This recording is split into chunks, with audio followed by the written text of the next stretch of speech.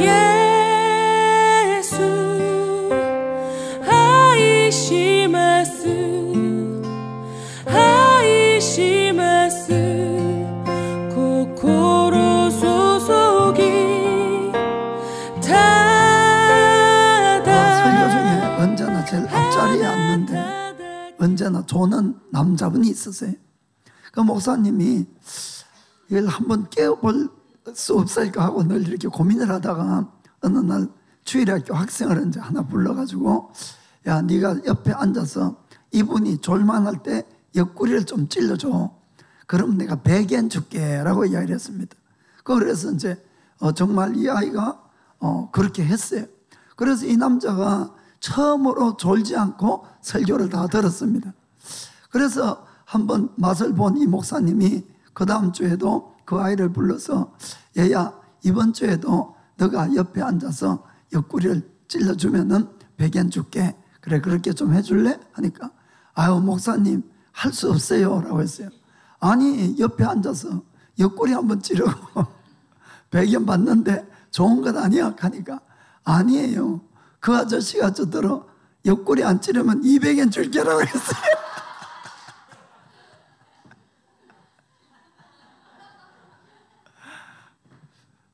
무섭네요. 오늘은 인간관계에 대해서 좀 하고 또 영적인 이야기를 좀 같이 하도록 이렇게 하겠습니다. 미국 하버드 대학이 이제 유명하죠. 거기 대학원 경영자 코스에 보면은 성공에 대한 이런 이야기가 있답니다. 두뇌를 잘 발달시키고 또 기술을 잘 연마하는 그런 것도 훈련을 열심히 해가면은 사회에 나가서 성공할 확률이 10%고, 인간관계를 아주 잘 성공적으로 하면은 성공할 확률이 85%입니다.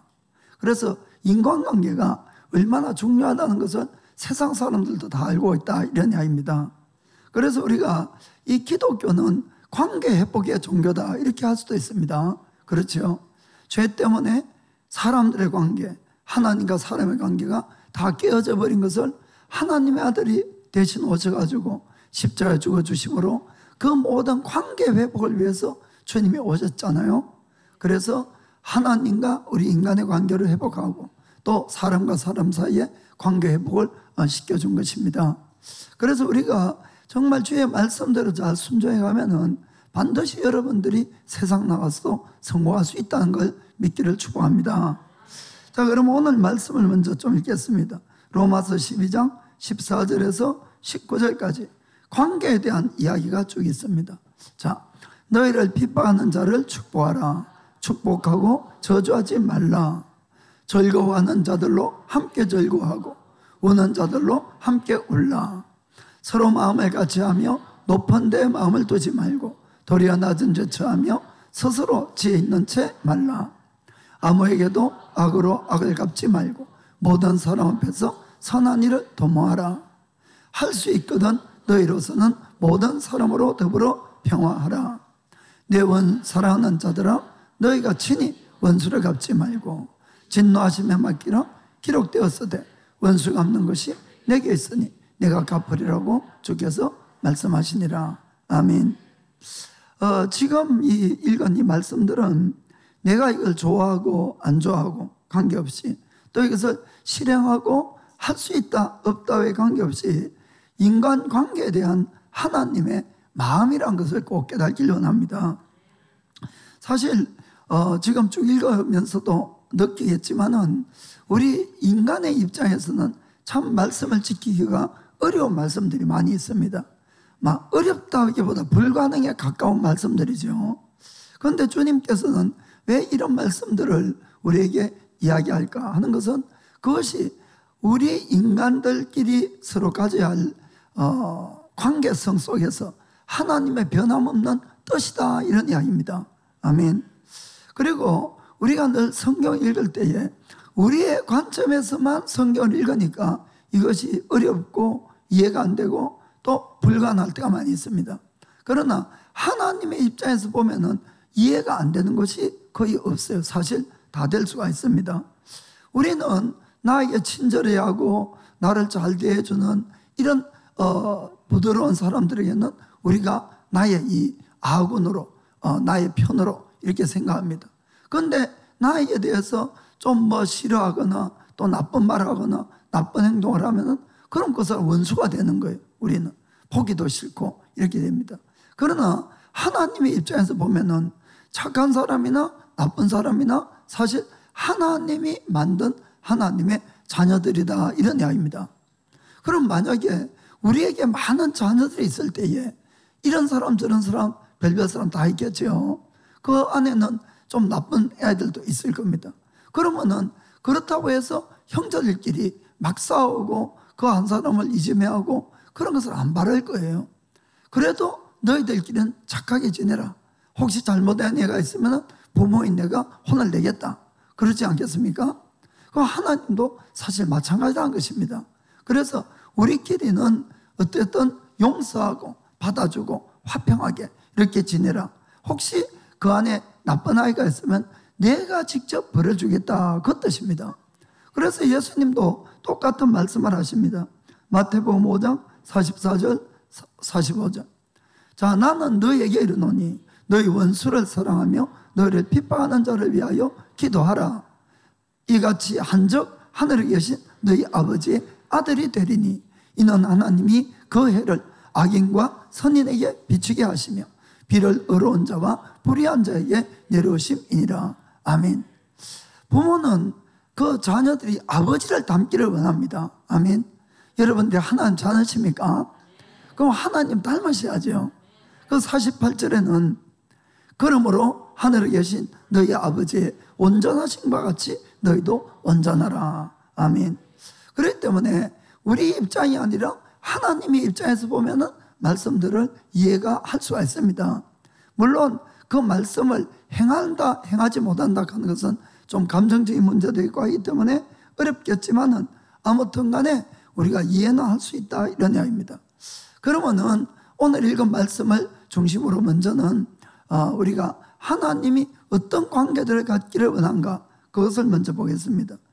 언제나 하나님은 우리가 겸손한 사람이 되기를 원합니다. 겸손한 사람. 자, 로마서 12장 16절.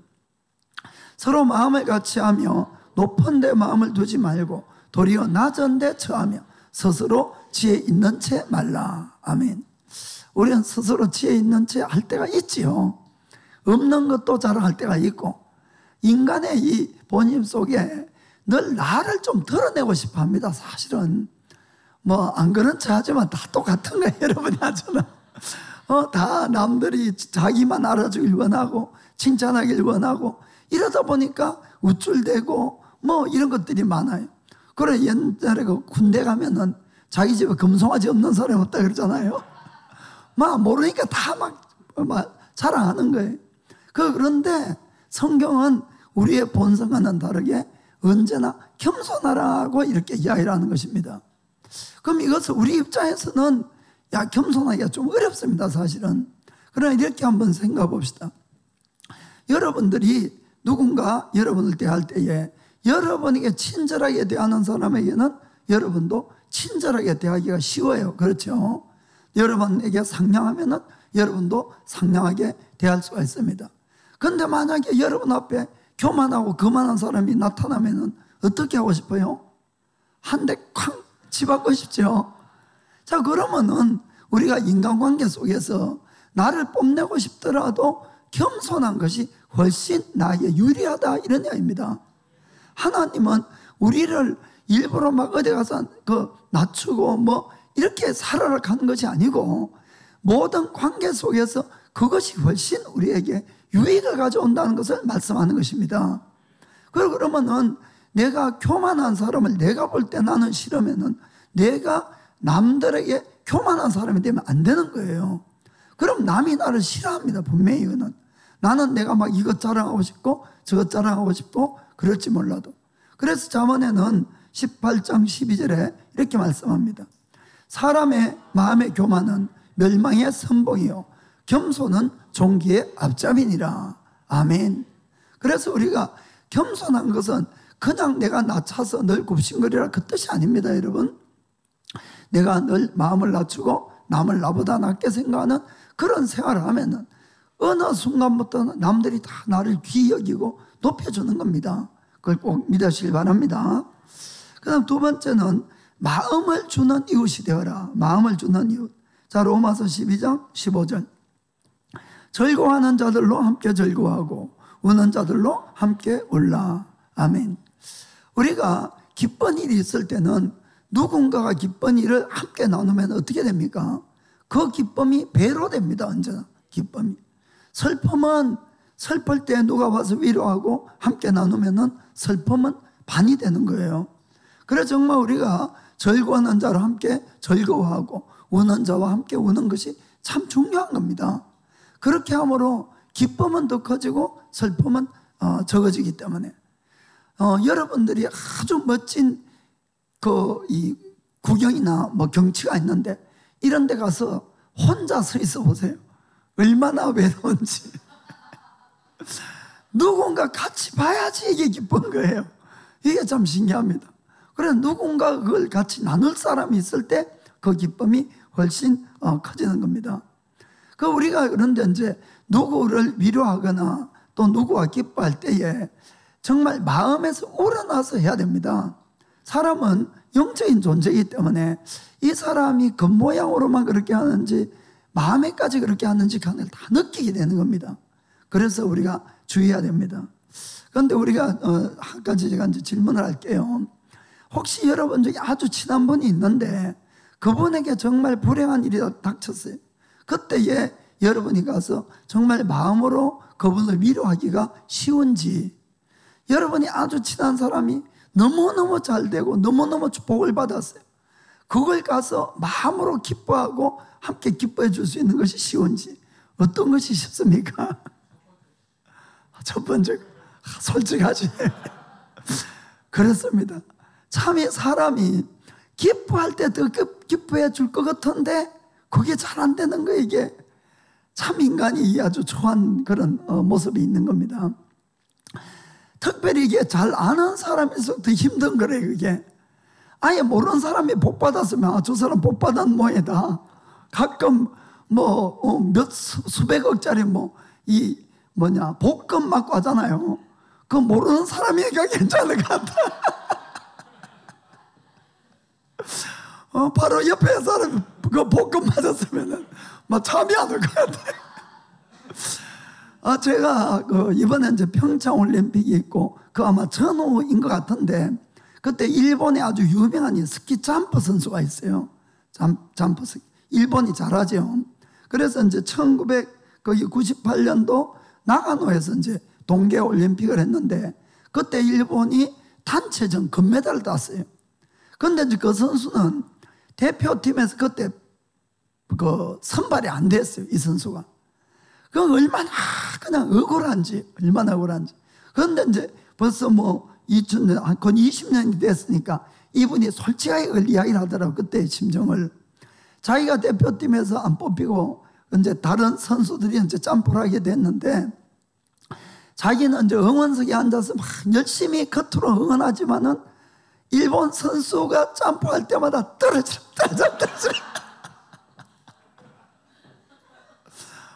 제가 그 선수 다시 봤어요.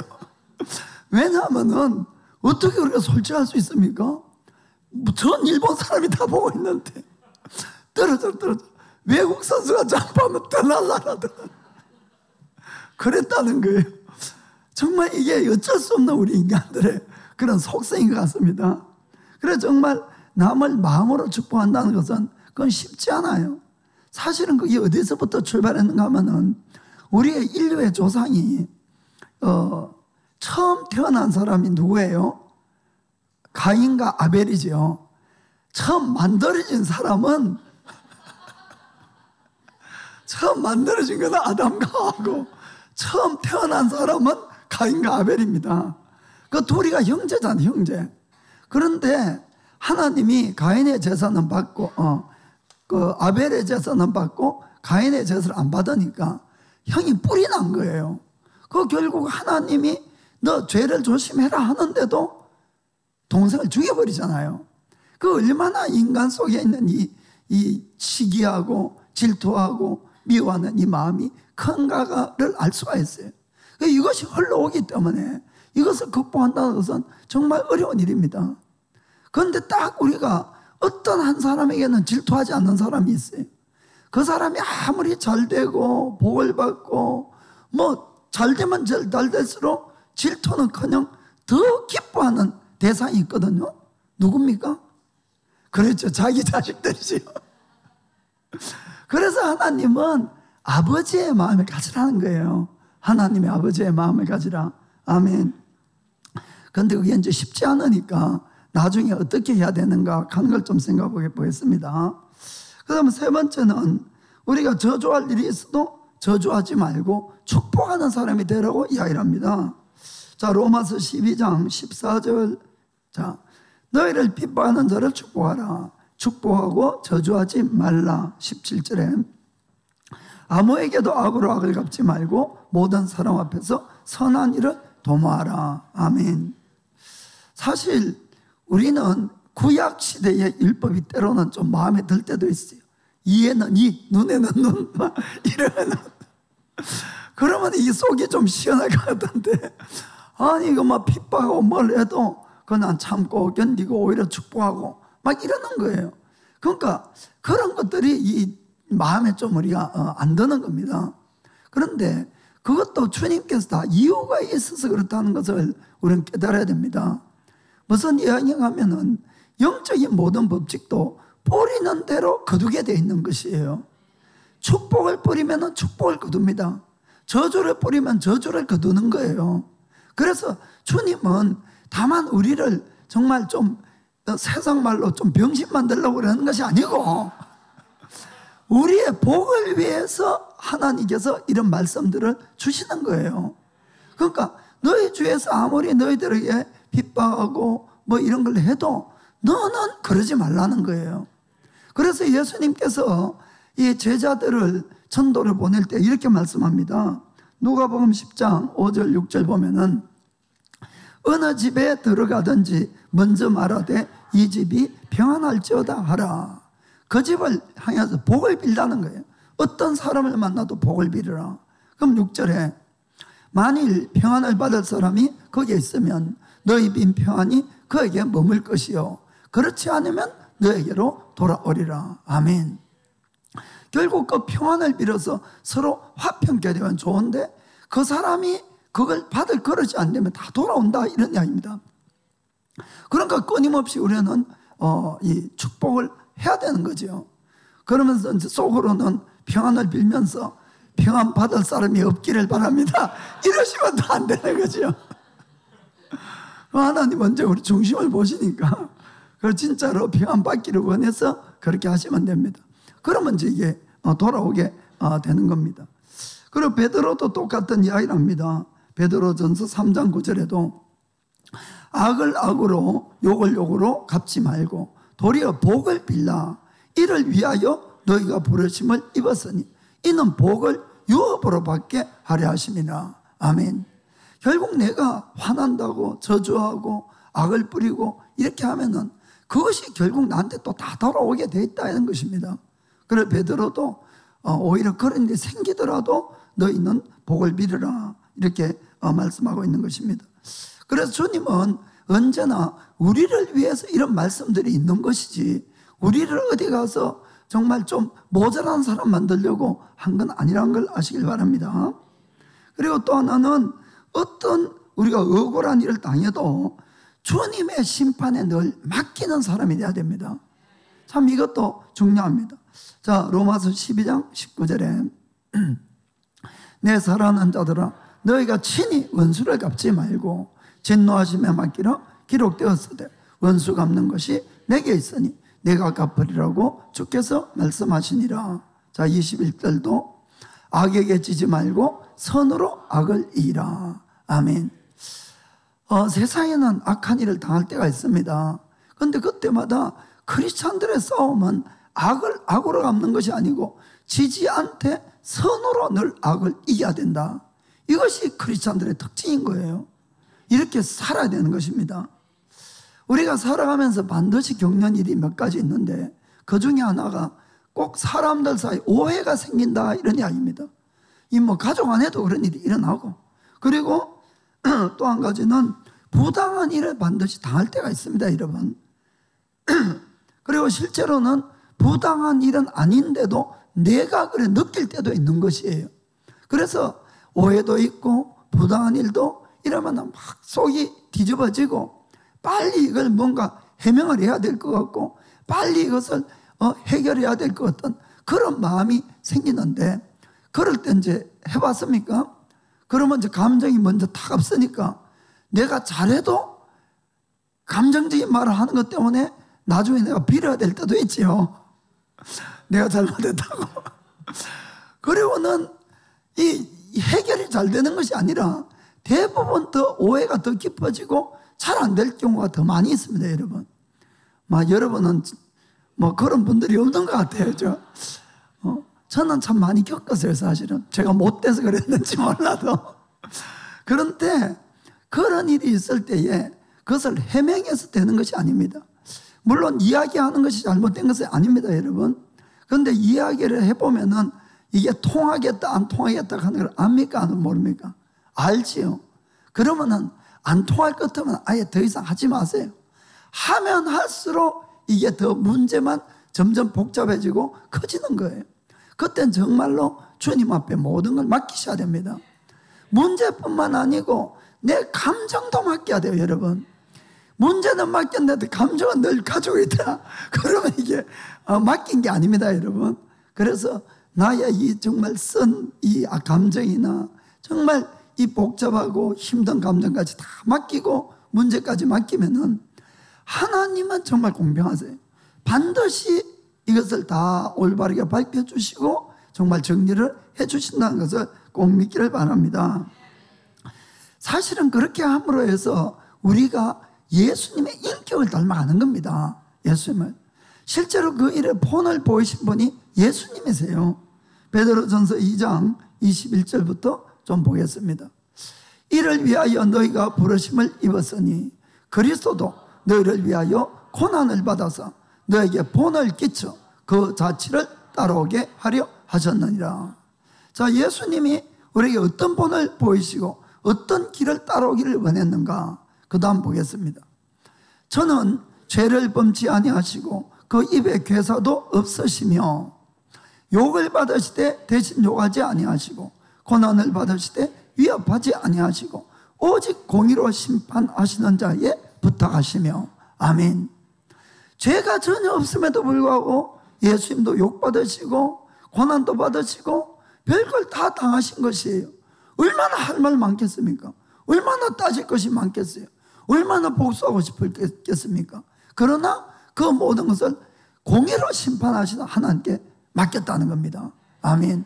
여러분들이 정말 이거를 잘 배우게 되기를 주님으로 부탁드립니다.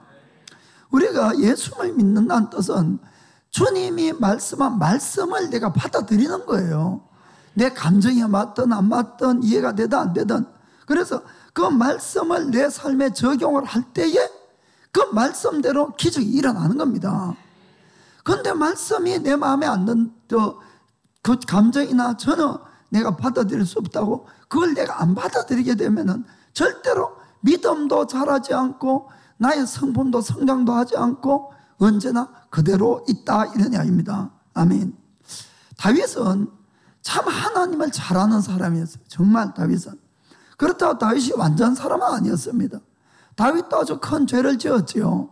그래서 그가 자기 죄 때문에 결국 아들에게 목숨을 노리고 쫓기는 자가 되어버렸어요.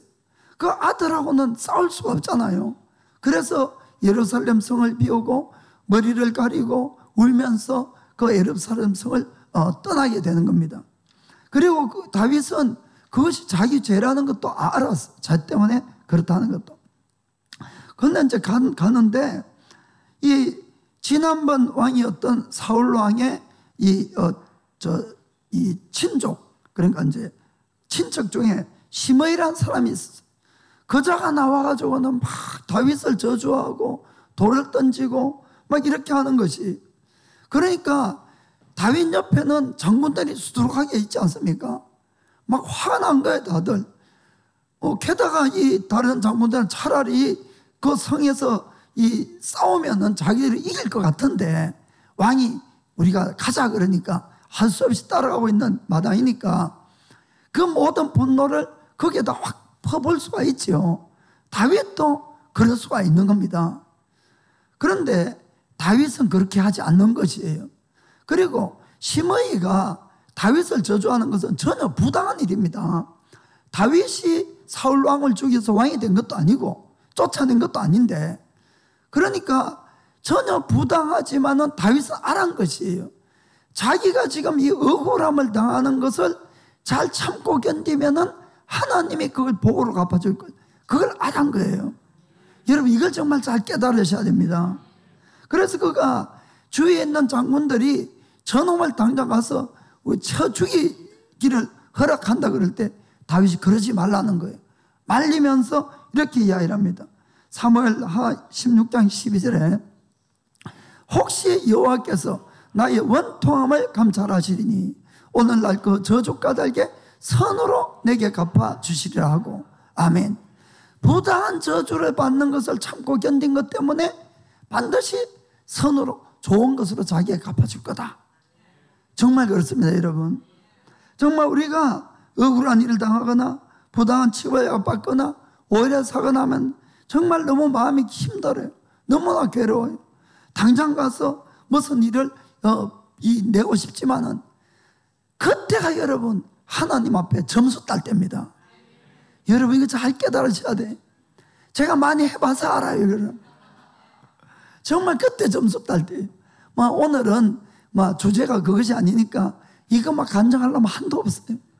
그런데 정말 여러분 잘 참고 견디시고 정말 여러분의 모든 마음의 감정까지 하나님께 드리고 정말 안 나오는 축복이지만 축복하세요. 안 나오는 축복. 그러면은 진짜 몇 값절의 복이 오게 돼 있어요. 정말 여러분 이걸 꼭 믿으시길 바랍니다. 그래서 우리가 이 인간관계를 하는데 주님께서 마치 우리가 손해보는 것 같은 이런 말씀들이 있지만은 그건 우리가 손해보는 것이 아니고 그것이 우리의 인간관계를 좋게 만들고 우리의 복을 받는 길이라는 것을 먼저 깨달길 바랍니다. 그런데 이것을 실제로 내가 내 일로 당해서 할 때는 결코 쉬운 일이 아닙니다. 그러니까 말씀을 아는 것과 지키는 것이 너무나 다른 것이 너무나 힘들어요. 그럼 어떻게 하면 되느냐? 오늘은 이제 본론은 여기서부터입니다만은 똑같아요. 늘 말씀하는 것은 첫째는 내가 죽는 거고 둘째는 성령으로 사는 겁니다. 그런데 오늘은 조금 다른 각도에서 여러분들에게 말씀을 전하기를 원합니다. 우리가 이제 하나님의 은혜를 막 받게 되고 이러면은 말씀대로 살아보려고 결심합니다. 결심. 그래서 죄된 생각, 죄 이런 유혹이 오면은 막 싸워요. 싸워봤습니까? 그래서 막 싸우는데 이게 끝이 없는 거예요. 싸워도 이게 쫓아내면 또 오고 쫓아내면 또 오고 이게 정말 언제 끝이 날지 그런 생각이었고, 또 그리고 내가 막 은혜 받고 이래서 주님이 해서 헌금도 하고 좋은 일도 막 해보겠다고 마음은 탁 들었는데 막상 딱 하려고 하면은 결국 좋은 일 하는 건 내가 손해보는 거니까 그만 내 속에서 이해관계가 탁 생각이 뜨고, 그래서 내 뒷다리를 딱 잡는 거예요. 못하게끔. 그것뿐만 아니고 좋은 일을 또 억지로 하고 나면은 이걸 자랑하고 싶어서 몸이 가만히 있지 않네. 참 힘든 것이 우리 몸을 이렇게 다스려서 말씀대로 사는 거다, 이런 이야기입니다. 그럼 이것을 어떻게 해야 되는가? 성경에 어떻게 되어 있는가를 우리가 한번 보겠습니다. 자, 먼저 로마서 6장 4절 같이 읽어보겠습니다. 그러므로 우리가 그의 죽으심과 합하여 세례를 받음으로 그와 함께 장사되었나니. 아멘. 예수님과 우리가 세례를 받을 때에 나는 이미 죽었다, 이런 이야기입니다. 여기에 죽음은 나의 육의 죽음을 이야기합니다. 이해가 되죠? 나의 육의 죽음. 그래서 우리가 죄가 오면은 우리가 내가 죄와 이제 싸웁니다. 죄를 안 지려고 막 생각하고도 싸우고 실제로도 싸우고. 그런데 우리가 11절에 보면은 이렇게 되어 있어요. 이와 같이 너희도 너희 자신을 죄에 대하여는 죽은 자요. 그리스도 예수 안에서 하나님에 대한 산자로 여길지어다. 아멘. 죄가 오면은 죄와 싸우지 말고 내가 죽으라는 겁니다. 무슨 말인지 아시겠습니까? 내가 내 힘으로 죄하고 아무리 싸워도 죄가 죽습니까? 안 죽습니까? 안 죽어요. 죄는 쫓아내도, 예수의 이름을 쫓아내도 또 옵니다. 예수의 이름을 쫓아 또 오는 거예요. 그것이 아니고, 죄와 싸우는 것이 아니고, 죄에 대한 생각이 오고 뭐가 올 때는 내가 죽은 자로 여기라는 겁니다. 나는 죽은 자야. 이걸 고백하고 선포하고 죽은 자로 여기라. 아멘. 이것이 어떤 뜻인가 하면은, 죄에 대해서 죽으면은 싸움이 끝납니다. 그렇죠? 싸울 대상자가 없잖아요. 죄가 내가 살았으니까 자꾸 죄하고 싸우지. 나의 죄하는 것은 그냥 죄도 되지만은 나의 육신적인 감정도 이야기를 하는 겁니다. 이 안에는. 그건 내가 살았으니까 자꾸 내 육신적인 감정 때문에 싸우게 된다, 이런 이야기입니다. 그래서 성경에는 분명히 우리가 세례를 받을 때에 예수님과 함께 나의 육은 죽은 걸로 되어 있어요. 그럼 예수님의 이 죽음을 나의 죽음으로 가져와야 됩니다. 그럴 때 우리는 죽을 수가 있어요. 사실은 이 원리가 어떤가 하면 이렇습니다. 우리가 예수를 믿게 되면은 죄 사함을 받아요. 그렇죠? 죄 사함을. 자, 그거는 왜 죄 사함을 받을 수 있는가? 베드로전서 2장 24절 보면은 친히 나무에 달려 그 몸으로 우리 죄를 담당하셨으니, 이렇게 되어 있어요. 누가? 예수님이 십자가에서 대신 죽어줬기 때문에 주님의 그 대속의 원리를 내가 믿음으로 가져오니까 죄사함을 받는 겁니다. 예수님이 십자가에 죽어주심으로 죄사함을 받는 길이 열어졌어요. 그렇죠? 길은 열어졌지만은 그냥은 내 죄사함이 안 일어납니다. 그렇잖아요? 언제 나의 죄사함이 일어납니까? 주님이 죽었다는 그 사실을 믿음으로 내가 가져오는 거예요. 내 죄 때문에 주님이 죽었다는 사실을 믿음으로 가져와서 나에게 적용할 때에 내 죄가 없어지는 겁니다. 그래서 실제로 내 마음에 평강이 오는 것이에요. 그거하고 똑같다는 것이에요. 그럼 우리가 병이 났을 때는 어떡합니까? 병이 났을 때 물론 뭐 병 나면 병원 가야죠. 그렇지만 어떤 분들은 믿음으로 낫는 겁니다. 믿음으로 낫는 근거가 어디에 있습니까? 여기 이제 다시 24절 후반부 봅시다. 예수님이 채찍에 맞으심으로 너희는 나음을 얻었나니. 아멘. 이렇게 되어 있어요. 예수님이 왜 채찍에 맞았는가 하면은 질병으로 오는 아픔이 있는 거예요. 아픔을 한마디로 대신 다 짊어지시다, 그런 이야기입니다. 어떤 학자들은 예수님이 39대에 매를 맞으셨는데 인간의 모든 질병을 연구를 해보면은 그 발병되는 이 요소가 39가지랍니다. 그래서 예수님이 39번을 맞으시고 모든 죄의 병의 근원까지도 다 고쳐주셨다, 이런 이야기가 되겠지요. 그렇게 해서 병을 나을 수 있는 길은 마련되어도 이것이 나에게 적용되려면 어떻게 해야 됩니까? 믿음으로 그걸 가져와야 돼요. 그냥은 내 병이 안 낫는 겁니다. 아무리 예수님이 채찍에 맞았다고 해도 병이 그냥 낫는 것이 아니고 그 사실을 믿고 믿음으로 나의 것으로 만들 때 내 병도 낫는다, 이런 이야기입니다. 정말 지난주에 우리 그 건설 자매님 참 이 그 병 나은 것 참 놀라운 하나님의 기적인데, 이번 주에도 또 놀라운 일이 또 있었습니다. 뭔가 하면은 이노예 요식고상이라고 이제 일부 예배에 그 나오시는 분이 계시는데, 저름이에서 이분이 한 석 달 전에 이 유암 판정을 받았어요. 이 왼쪽 가슴에. 그런 이제 초기 단계지만은 다 잘라내야 된다고 병원에 이야기를 했어요. 그 이분이 잠을 못 잤답니다. 이거 이제 다 잘라내면 어떡할까, 이렇게 이제 그런 생각도 들고. 그래서 이제 그 셀 가족을 중심으로 열심히 기도들을 해왔어요. 그 한 달 전쯤에 이제 병원에서 이제 정밀 검사 계속 이제 병원에 왔다 갔다 하니까 검사를 해서 한 3분의 1만 자르면 되겠다. 이렇게 이제 됐어요. 그런데 이제 지난주에 이분이 이제 그 일부 예배 때 이제 설교를 들었거든요. 그거 마치고 나서 뭐라고 이야기를, 2부 왔나 1부 왔나 지난주에 1부 왔나 보다 1부.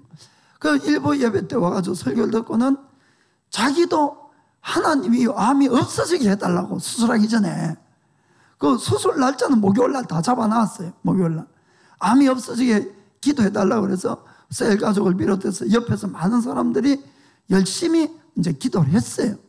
그리고는 이제 이분이 이제 그 수술실을 갔는데, 그래서 목요일 날 실제로 이제 수술을 해서 이제 그 했는데 겉은 전혀 안 자르고 그 이제 안쪽은 이제 안에 있으니까 잘라가지고 그 안에 있는 암 덩어리랄까 그거만 이렇게 살점만 떼내고 겉은 전혀 표도 안 나게 꾸면 자국만 전혀 그런 하나도 안 건든 거죠. 그런데 더 놀라운 이야기를 듣은 거예요. 의사가 수술하고 나서 깨어났을 때 혹시 암이 아닐 수도 있다고. 할렐루야. 이게 검사를 이제 의뢰를 해서 검사는 해봐야 알겠지만은 암이 아닐 수도 있다는 것이에요. 그러니까 나았다는 거예요. 그러면은 이게 분명히 있어서 쭉 이렇게 이제 3개월 동안이나 병원에 왔다 갔다 하면서 검사하고 이렇게 했는데, 그렇게 해서 이제 내일 태어납니다. 내일 목요일 날 수술했는데, 그러니까 수술도 아주 이제 간단한 수술이 돼버린 거예요. 아멘. 자, 똑같은 원리로 그분이 믿음으로 안 받아들였다면 안 낫는 거예요. 아무리 주님의 치료에 이 루트가 있다 할지라도. 우리가 성경은 분명히 내가 예수님과 합하여서 세례를 받을 때 죽었다고 되어 있는데 여전히 늘 살아있는 거예요. 그것도 막 펄펄하게. 그러면은 우리가 우리의 육신의 정욕, 안목의 정욕, 이생의 자랑 이런 걸 통해서 이 죄가 유혹이 오고 또 그리고 내 속에서 정욕이 막 끌어올릴 때 뭘 선포해야 됩니까? 나는 죽었어. 주님의 죽으심을 나의 죽음으로 가져와야 된다, 이런 이야기입니다. 주님의 죽으심을. 나는 죽었어. 죄가 오고 나의 육신의 정욕이 펄펄 끓을 때 그걸 선포하는 겁니다. 예수님의 죽음이 나의 죽음이야. 이걸 선포하는 거예요. 죄에 대해서, 나의 육신의 정욕에 대해서. 너는 죽었는데 왜 살았냐고. 그렇게 우리가 주의 죽으심을 나의 죽음으로 믿음으로 가져온다, 이런 이야기입니다. 그래, 영적인 모든 원리는 하나님의 좋은 모든 것은 무엇으로 받는가? 믿음으로 받는 거예요. 믿음으로. 그래, 믿음은 바라는 것의 실상이다. 아멘. 바라는 것은 눈에 보이지 않잖아요. 그것을 가져오는 이 통로가 믿음입니다. 믿음. 그래서 그 믿음을 가져야 돼요, 여러분들이. 믿음으로 주님의 죽으심을 나의 죽음으로 가져오는 겁니다. 그러면은 정욕이 사라져요. 죽었으니까. 죽었는데 무슨 정욕이 일어납니까? 그래서 이 주님의 죽음을 나의 죽음으로 늘 선포하고 이렇게 하셔야 됩니다. 그래서 사도 바울은 뭐라고 고백합니까? 나는 날마다 죽노라. 고린도전서 15장에 그렇게 고백하고 있잖아요. 나는 날마다 죽노라. 그러니까 죽어야지 이 끝이 난다, 이런 이야기입니다. 아멘. 그렇습니다. 그래서 우리가 죄에 대해서는 내가 늘 죄가 올 때마다 살아서 막 그냥 펄펄 뛰는 나의 이 육신의 모든 것들에 대해서 죽음을 선포하시고 죄의 죽음을 나의 죽음으로 받아들이는 거예요. 그러면은 모든 정욕이 잠잠해지는 겁니다. 자, 그러나 그것으로 끝이 안 됩니다. 다시 우리가 로마서 6장 11절 보겠습니다. 죄에 대해서는 죽은 자, 그리스도 예수 안에서 하나님을 대하여는 산자로 여길지어다. 아멘. 거기서 그치지 말고 하나님을 향해서는 주님, 저는 예수님 안에서 영원한 생명을 얻었습니다. 그 생명으로 나를 채워달라고, 하나님의 생명으로 채워달라고. 이건 성령님이에요. 하나님의 생명으로 나를 채워달라고. 그것에 대해서 내가 사는 겁니다. 그러면은 나는 죄도 이기고 하나님의 말씀을 지키는 것도 절대로 어렵지 않게 된다는 겁니다.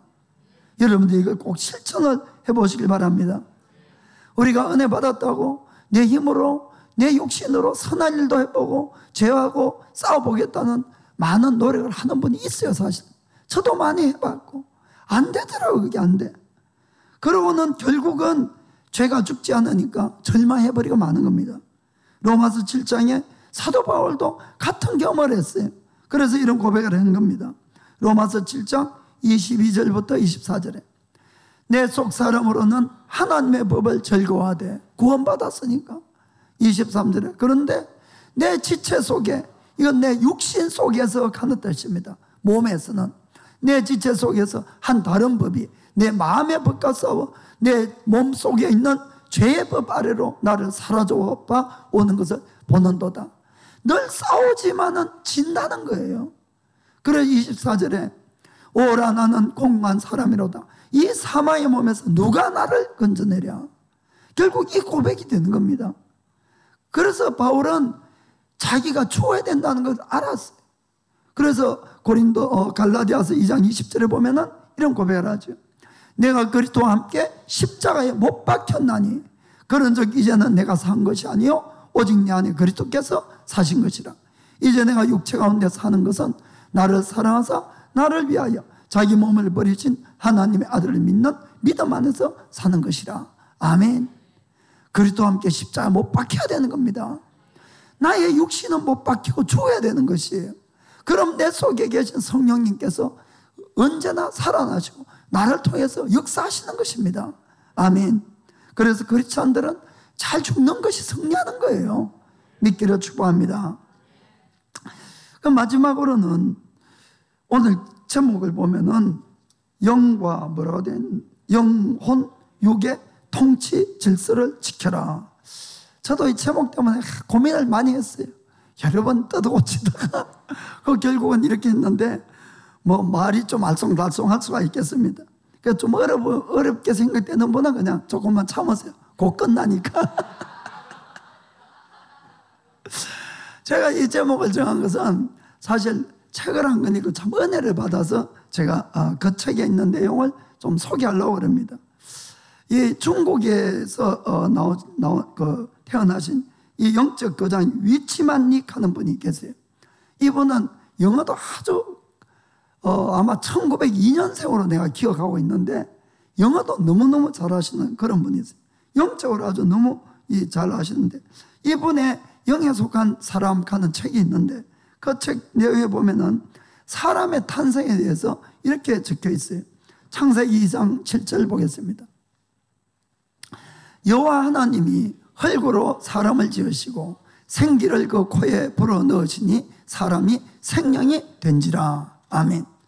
하나님이 사람을 처음 만들 때 이 자연계에 이제 사람을 만들잖아요.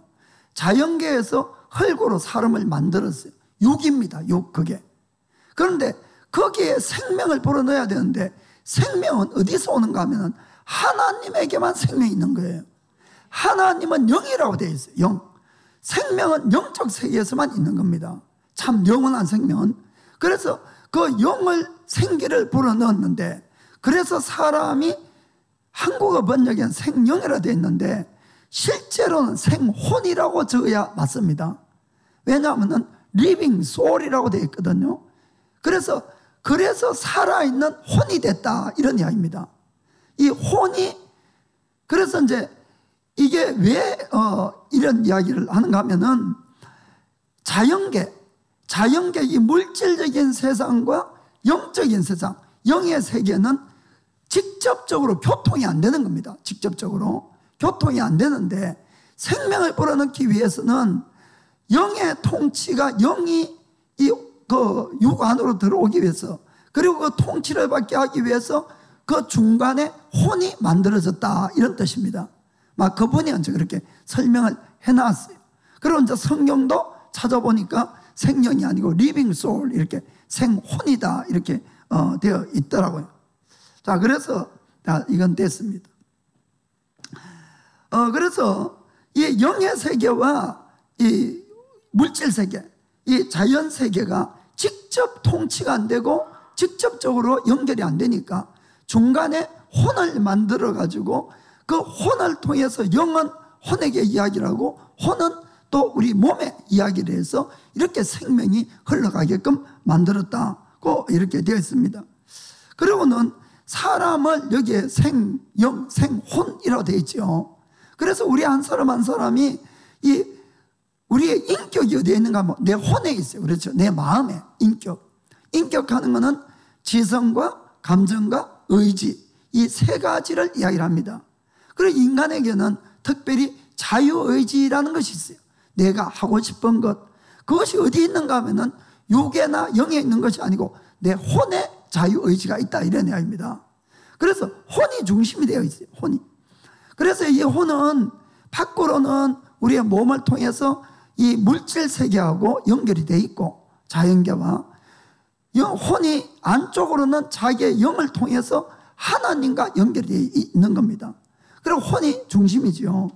그래서 하나님이 원래 우리 인간을 만들고 우리에게 생명을 주실 때 원하는 건 뭔가 하면은, 하나님은 영이시니까 하나님의 영이 우리의 영에게 말씀을 하면은 그 말씀을 영이 혼에게 전달하고 혼은 그것을 육에게 이야기를 해서 복종시켜가는, 즉 영이 있고 혼이 있고 육이 있고, 이게 이제 질서입니다. 질서. 영이 제일 머리가 돼야 되는 거예요. 머리. 그 다음에 이 혼이 있고, 그 다음에 육이 있고, 이 질서대로만 살면은 인간은 영원히 사는 것이에요. 왜냐하면 생명이 영에서 오니까. 영에서 끊임없이. 그런데 이 혼에는 뭐가 있다고 그랬어요? 자유의지가 있는 것이에요. 만일에 혼이 언제나 영에서 오는 것을 내가 받아서 육으로 전달해야 되겠다, 그것을 자기가 결정을 하면은 그 사람은, 그 혼은 영원히 살 수 있는 겁니다. 이해가 되죠? 왜냐하면 질서가 바르니까. 그런데 만약에 이 질서가 거꾸로 되어버리면은 생명이 끊어지는 겁니다. 자연계에서부터 만약에 육신과 이 혼이 결합을 해가지고 거기서 받아들이면 문제가 생기는 거예요. 자, 그래서 한번 창세기 2장 17절에 보면은 하나님이 먼저 이 아담에게 뭐라고 말씀합니까? 선악을 알게 하는 나무의 실과는 먹지 말라. 내가 먹는 날에는 정령 죽으리라 하시니라. 아멘. 이거는 하나님이 영으로 이제 영에게 이야기한 겁니다. 그러면은 이것을 계속 받아서 혼이 이것을 육에게 이야기를 하고 계속 지키면은 계속 사는 거예요. 그리고 여러분들이 이 에덴 동산에는 이 선악과만 있는 것이 아니고 실제로는 생명나무가 있었어요. 동산 중앙에는 생명나무와 선악과가 있더라, 이렇게 되어 있습니다. 그래서 그 생명나무 가는 건 사실 예수님이신데, 그 예수님의 말씀을 계속 받아서 순종했더라면은 우리 인간은 처음부터 영원히 산다는 겁니다. 그런데 문제는 주님께 이런 말씀을 받았어. 그거 순종했지요, 처음에는. 그래서 이것을 순종하는 동안에 문제가 없었는데, 창세기 3장 6절을 한번 보겠습니다. 여자가 그 나무를 본 적, 선악과를 봤어요. 본 적, 먹음직도 하고 보암직도 하고 지혜롭게 할 만큼 탐스럽기도 한 나무인지라. 여자가 그 실과를 따먹고 자기와 함께한 남편에게도 주매 그도 먹은지라. 아멘. 이게 이제 죄의 시작을 우리가 불순종 이렇게 이야기하는데, 물론 불순종입니다. 그런데 이제 우리가 영혼 육의 이 법칙에서 한번 생각해 봅시다. 여자가 봤어요. 이건 무슨 활동입니까? 육의 활동인 거예요. 보고, 아, 이게 지혜롭게 하고 먹음직도 하고 이런 것은 전부 뭡니까? 육신의 판단이다, 이런 이야기입니다. 나의 혼이, 그때 이제 이 아담과 하와의 이 혼이 육신으로부터 오는 정보를 받은 겁니다. 한마디로 거기에 딱 결합을 해가지고는 받아들인 거예요. 거기에 순종을 했어요. 한마디로 육이 머리가 됐습니다. 이해가 됩니까? 영이 머리가 돼야 되는데 육이 머리가 되고 이걸 받아들이니까 거꾸로 흘러가기 시작한 겁니다.